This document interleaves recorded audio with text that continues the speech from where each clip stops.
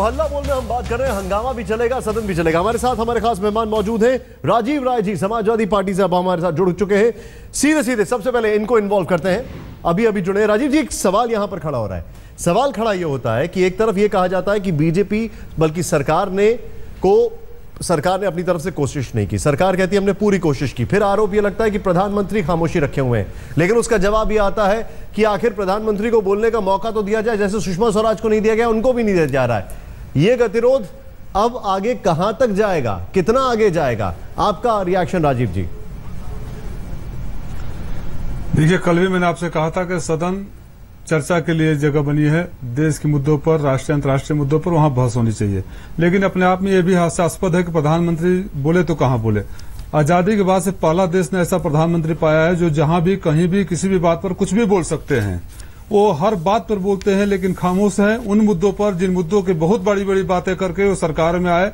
आप याद करिएगा, लोकसभा चुनावों से पहले भ्रष्टाचार और घोटाले की सबसे ज्यादा बातें मोदी जी करते थे। अगर सदन में नहीं बोल पाते हैं तो बाहर ही बोलते, तो देश को समझ में आता, जनता को समझ में आता। सांसद लोग सुनना नहीं चाहते तो देश जानता कि व्यापम के मुद्दे पर उनका क्या विचार है, वसुंधरा राजे के मुद्दे पर उनका क्या विचार है। हर मुद्दे पर प्रधानमंत्री जी बोलते हैं, सिवाय उन मुद्दों पर जिसपे देश उनसे सुनना चाहता है। मन की बातें वही करते हैं जो वो सुनना चाहते हैं, देश भले कुछ भी सुनना चाहें। लेकिन सरकार भी गंभीर नहीं है। सरकार अगर गंभीर होती तो इन मुद्दों पर प्रधानमंत्री से वक्तव्य दिलवाकर देश की जनता को विश्वास में लेते। फिर देश की जनता का दबाव पड़ता उन सारी पार्टियों का जो बहिष्कार कर रही है। सदन में बहिष्कार मैंने कल भी कहा था, कब तक चलेगा? सदन तो इसलिए है ना कि चर्चा हो, मुद्दे उठाइए, चर्चा हो। आप पक्ष में बोले, विपक्ष में बोले, संशोधन प्रस्ताव लाए, लेकिन बहस तो होनी चाहिए, यह हमारा मानना है। एक मिनट में आपको रोकूंगा यहाँ पर। इस वक्त हम कुछ दिखा रहे हैं आपको, अपने दर्शकों को। उनकी नाक के नीचे उनकी पार्टी पर बैठे बड़े पदों पर लोग सीधे रूप से भ्रष्टाचार से लिप्त हैं। इसलिए आज हमने आग्रह किया। राष्ट्रपति जी ने बहुत पेशेंस से, बहुत संतोष से हमारी बात को सुना और हम उम्मीद करते हैं कि जल्द इस पर कुछ न कोई कार्रवाई वो करेंगे। सचिन जी, सवाल ये है कि लगातार आप लोग प्रेशर बना रहे हैं, दबाव बना रहे हैं, लेकिन न केंद्र सरकार के ऊपर कोई दबाव बन पा रहा है, न वसुंधरा राजे के ऊपर कोई दबाव बन पा रहा है। क्या ये माना जाए कि राष्ट्रपति जी से मुलाकात के बाद अब दबाव बनेगा केंद्र सरकार के ऊपर कि वो अपने मुख्यमंत्री के ऊपर कार्रवाई करे, भारतीय जनता पार्टी पे दबाव बनेगा? ये बड़ी विचित्र बात है कि न्याय कराने के लिए दबाव बनाने पड़ने की जरूरत पड़ी है। जब संज्ञान में आया कि कानून का उल्लंघन हुआ है, तो ऊंची राजनीति का परिचय देते हुए भारतीय जनता पार्टी के शीर्ष नेतृत्व को तुरंत उनका इस्तीफा ले लेना चाहिए था। ना तो वो मुख्यमंत्री राजस्थान और ना ही मुख्यमंत्री मध्य प्रदेश का इस्तीफा ले रहे हैं। किन कारणों से नहीं ले रहे हैं, क्या पॉलिटिकल मजबूरियां उनकी हैं, उनका जवाब वो दें। हम तो सिर्फ कानून की बात कर रहे हैं, न्याय की बात कर रहे हैं और ये पूछना चाहते हैं कि अगर देश के किसी आम नागरिक ने ये काम किया होता जो वसुंधरा जी ने किया है और उनके काम करने के बाद एक क्विड प्रो को स्थापित हुआ है, आर्थिक अनियमितताएं सामने आई हैं और वो व्यक्ति ललित मोदी जो बाहर बैठे हैं इस बात को स्वीकार कर चुके हैं कि आर्थिक लेन देन उनके साथ रहा।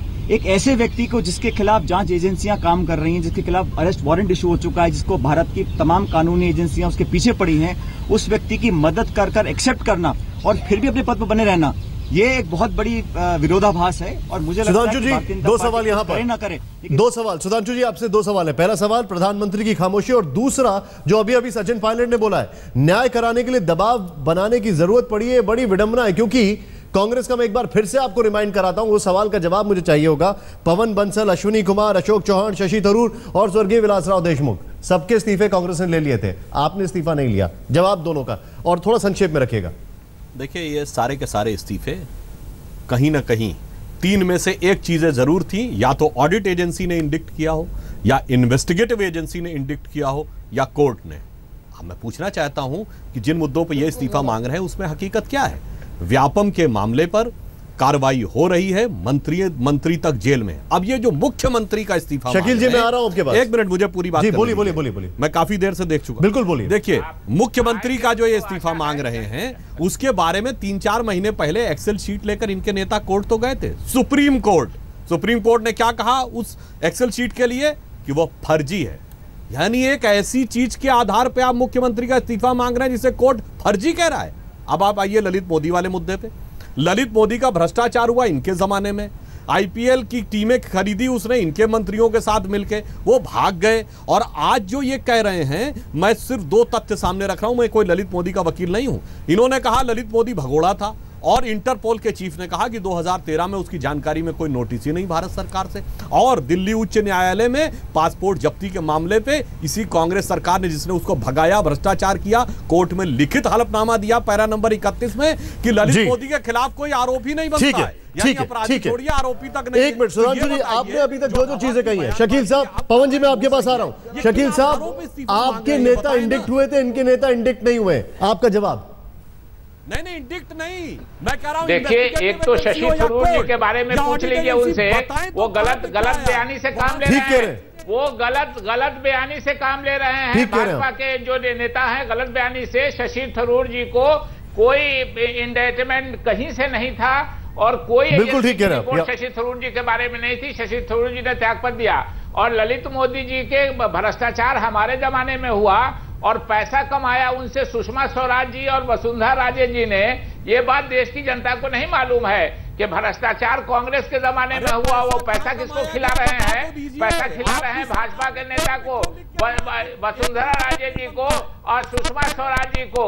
इसलिए ये बात देश की जनता जानती है। और जहां तक जीएसटी की बात है, जीएसटी हमारे समय में आया था, और जो मुख्यमंत्री सबसे ज्यादा रोकते थे उसको वो नरेंद्र मोदी जी थे, और जो नेता सबसे ज्यादा रोकते थे वो अरुण जेटली जी थे। आज दोनों समर्थक हो गए हैं जीएसटी के। अगर ये लोग देश हित में काम करते तो 6 साल पहले, 7 साल पहले जीएसटी लागू हो गई होती। इसलिए ये बहराने की कोशिश नहीं कीजिए, पार्लियामेंट चलना चाहिए, हम भी चाहते हैं। हमने सपोर्ट करके पिछला पार्लियामेंट चलाया है, रिजाइन करवा दीजिए तीनों से, पार्लियामेंट कल से चलने लगेगा। शकील जी एक चीज बताइए, ठीक है शकील जी एक चीज बताइए, आप लोगों का ये स्टैंड क्या आने वाले सेशन, पवन जी मैं आपके पास आ रहा हूं, मैंने देख लिया है आपका ये स्टैंड शकील साहब, क्या आने वाले सेशन में भी रहेगा? आपका ये स्टैंड क्या निरंतर कंटिन्यू करता रहेगा? क्योंकि एक पैटर्न है, कल जिस तरीके से जो कुछ भी हुआ, उसके बाद कपिल सिब्बल ने प्रेस कॉन्फ्रेंस की, आज जो कुछ भी हुआ, आज सचिन पायलट राष्ट्रपति के पास पहुंचे आपके कांग्रेस का डेलीगेशन लेके। क्या इरादा क्या है अब कांग्रेस का? ये आगे चलता रहेगा मामला, सदन को बिल्कुल नहीं चलने दिया जाएगा? देखिए जो लॉजिकल कंक्लूजन है इसका, वो होता है इन तीनों के रिजनेशन पे। जब तक इन तीनों का रिजनेशन नहीं होगा तब तक हमारी मांग जारी रहेगी। अगले सदन की क्या स्ट्रेटेजी होगी ये पार्लियामेंट्री लीडर्स तय करेंगे, लेकिन पार्टी ये बात निश्चित रूप से चाहती है कि ये इन तीनों पर, जिन पर भ्रष्टाचार के आरोप एक तरह से साबित हो चुके हैं, इनको त्यागपत्र देना चाहिए। ये हमारी मांग थी, हमारी मांग है, हमारी मांग रहेगी। आपने अपना इरादा साफ कर दिया, ठीक है ठीक है। पवन जी मैं एक चीज समझना चाह रहा हूं, विंटर सेशन में क्या होगा ये पार्लियामेंट्री पार्टी के लोग लीडर्स डिसाइड करेंगे। ठीक है आपने कहा ये क्या होगा वो आपके लीडर्स डिसाइड करेंगे। लेकिन पवन जी और राजीव राय जी, मैं आपसे भी ये सवाल, दोनों से मेरा सवाल है, लेकिन सबसे पहले पवन जी से रिएक्शन लूंगा। सर अभी तक जो आंकड़ा कहता है वो कहे करीब 250 करोड़ तो खर्चा बर्बाद हो चुका है, जनता का पैसा। बात है जनता के मुद्दों की, जिससे मैंने शो की शुरुआत की थी। लद्दाख की बात है, बुंदेलखंड की बात है, फॉरेस्ट की बात है, चंदन तस्करी की बात है, यहां तक कि आज जो आप 947 घंटे में कितना नुकसान हुआ ये पूछे ना बीजेपी। सर मैं आज की बात कर रहा हूं, आप बार बार उस पर आ जाते हैं। ये बताइए इस पैसे की भरपाई कौन करेगा और इसकी अकाउंटेबिलिटी कौन करेगा? पवन जी ये रिएक्शन मैं आपसे लेना चाह रहा हूं। ठीक है शकील साहब तब आपको हिसाब लेना चाहिए था, मैं आज का हिसाब ले रहा हूं। 1 मिनट पवन जी अपना रिएक्शन दें आप। मैं उनसे पूछे सर आपको तब लेना चाहिए था। शकील साहब जरा बोलने भी तो दीजिए किसी और को। का खर्च हुआ था। नहीं सर वो पार्लियामेंट के बोर्ड में, आप बताइए। मैं बोल रहा हूँ, बोलने तो दीजिए जी, बताइए पवन जी। इसीलिए मैं कह रहा हूँ आप अच्छी बात बोलते हैं, बोलिए तो। अच्छा मैं ये सवाल तो आपने मुझसे शुरू में ही पूछा था और मैंने उसका जवाब तुरंत आपको दिया था। देश के सामने ज्वलंत मुद्दे हैं। जीएसटी एक अच्छा बिल है, उसको पारित होना चाहिए देश हित में। मैं सवाल इसीलिए तो पूछ रहा हूं कि ऐसी कौन सी बात हो गई है कि बीजेपी अपने ही मापदंडों से हटके, नैतिक मापदंडों से हटके, 2 मुख्यमंत्री जिनके खिलाफ घोर और गंभीर भ्रष्टाचार के आरोप है और एक केंद्र मंत्री को बचाने के लिए देश का हित पार्लियामेंट सबको नकार रही है। ऐसा क्या हो गया? और मुझे आज हैरानी हो रही है कि हमारे बीजेपी के मित्र ललित मोदी की सफाई दे रहे हैं। ये सुधांशु जी, नई चीज एक बिल्कुल हमारे सामने आई है कि अपने मंत्रियों को बचाने के लिए ललित मोदी की सफाई दे रहे हैं। ठीक है, एक मिनट रिएक्शन लेते हैं। सुधांशु जी, आपका रिएक्शन। भ्रष्टाचार छोटा था, आपका बड़ा था। अब ये कौन से मापदंड है? और प्रधानमंत्री की चुप्पी तो पूरा देश। सुधांशु जी, इस पे आपने बोला नहीं, वैसे प्रधानमंत्री की चुप्पी पे भी आपने बोला। ठीक है पवन जी, एक मिनट उनका रिएक्शन लेते हैं। एक मिनट बताइए सुधांशु जी। मैं चाहूंगा कि थोड़ा सा मुझे अनइंटरप्टेड समय दे दें। बिल्कुल बोले। इतनी गंभीर बात कही गई कि आरोप साबित हो चुके हैं। मैंने कहा था ना, बताइए 3 पैरामीटर होते हैं। ऑडिट एजेंसी ने कोई इंडिक्ट किया है? इन्वेस्टिगेटिव एजेंसी ने किया? कोर्ट ने? कहीं नहीं। और पवन वर्मा जी ने कहा कि मैंने इतना गलत बात बोली। मैंने जो हार्ड फैक्ट बोला है कि शकील साहब की सरकार ने उच्च न्यायालय के हलफनामे में पैरा नंबर 31 में लिखा कि ललित मोदी के खिलाफ कोई भी अपराध, छोड़िए आरोप निर्धारित नहीं हो पाए। हमने नहीं कहा, आपने कहा है भाई, और आप जवाब हमसे पूछ रहे हैं। ये क्या विडंबनापूर्ण नहीं है? ये क्या हास्यास्पद नहीं है? पैसा आपके नेता लोग ले रहे थे। सर एक मिनट, यहाँ पर सभी लोग बात कर रहे हैं। मैं ब्रेक के बाद वापस आ रहा हूँ। मैं ब्रेक के बाद वापस आ रहा हूँ। सर मैं रोकूंगा, मेरे पास थोड़ा समय कम है, मैं रोकूंगा आपको। राजीव राय जी से मैं एक रिएक्शन लूंगा, एक लास्ट रिएक्शन में लेना चाहूंगा अपने सभी मेहमानों से, और जनता का क्या कहना है अभी तक, एक छोटे से ब्रेक के बाद। और ये लास्ट रिएक्शन हम सारे मेहमानों से पूछ रहे हैं। प्लीज अपना सवाल का जवाब बहुत छोटा रखिएगा, प्लीज, मेरी गुजारिश है आपसे। राजीव जी, मैं आपसे शुरुआत कर रहा हूं।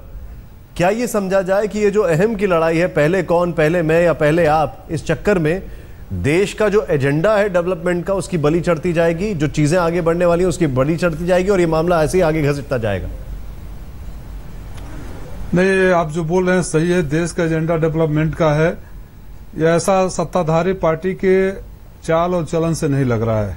देश का विकास का जो एजेंडा था वो इनको चुनाव से पहले था। आज सिर्फ निशांत, मैं एक बात कहूंगा 1 मिनट में, समस्या सिर्फ इतनी है कि जो एनडीए उसमें विपक्ष में रहकर कहा करती थी, किया करती थी, वो आज कांग्रेस कर रही है। और जो कांग्रेस सत्ता पक्ष में रहकर करा करती थी, वो आज भारतीय जनता पार्टी। ठीक है राजीव जी, ठीक है, पॉइंट नोटेड। अगर ये दोनों के अहम की लड़ाई खत्म नहीं हुई तो दोनों को इसका परिणाम भुगतना पड़ेगा, इसके लिए तैयार रहें। सुधांशु जी, आपका लास्ट रिएक्शन इसमें बहुत संक्षेप में, प्लीज, ज्यादा टाइम मत लीजिएगा। देखिए, उन्होंने सही कहा है। तर्क और तथ्य के ऊपर कांग्रेस सामने आने को तैयार नहीं है। अहम किसका बड़ा होता है? राजा का अहंकार सबसे बड़ा होता है। इनके तो राजमाता और युवराज, इनका अहम है, उससे बड़ा अहंकार दुनिया में किसी का नहीं होता। शकील जी, आपका लास्ट रिएक्शन बहुत संक्षेप में रखिएगा।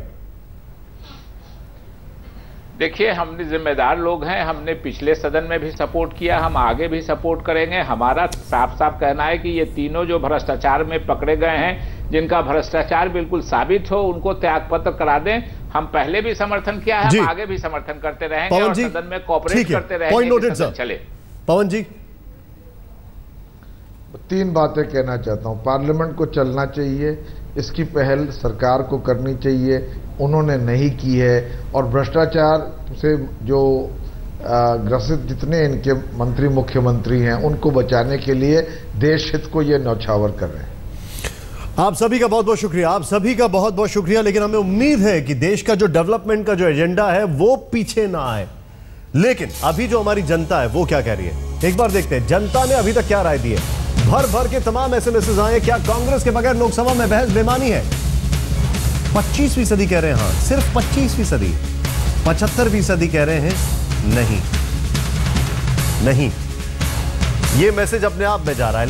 लेकिन इस सब के बीच में आपको बता दें, आज जिस तरीके से स्पीकर ने कहा है कि ये सब दिखाइए, कोई बात नहीं, तो हम ये देख रहे हैं और हम ये देखना चाहते हैं कि कल आखिर हमें क्या देखने को मिलेगा सदन में। क्योंकि अभी तक तो वो सारी चीजें छुप जाती थी, कवर हो जाती थी। कल क्या देखने को मिलेगा? काश कल एजेंडा देखने को मिले, बहस देखने को मिले और अच्छे अच्छे मुद्दे देखने को मिले। वक्त एक ब्रेक का, आप कहीं मत जाइए, देखते रहिए आज तक। और हमारे तमाम दर्शकों का बहुत बहुत शुक्रिया।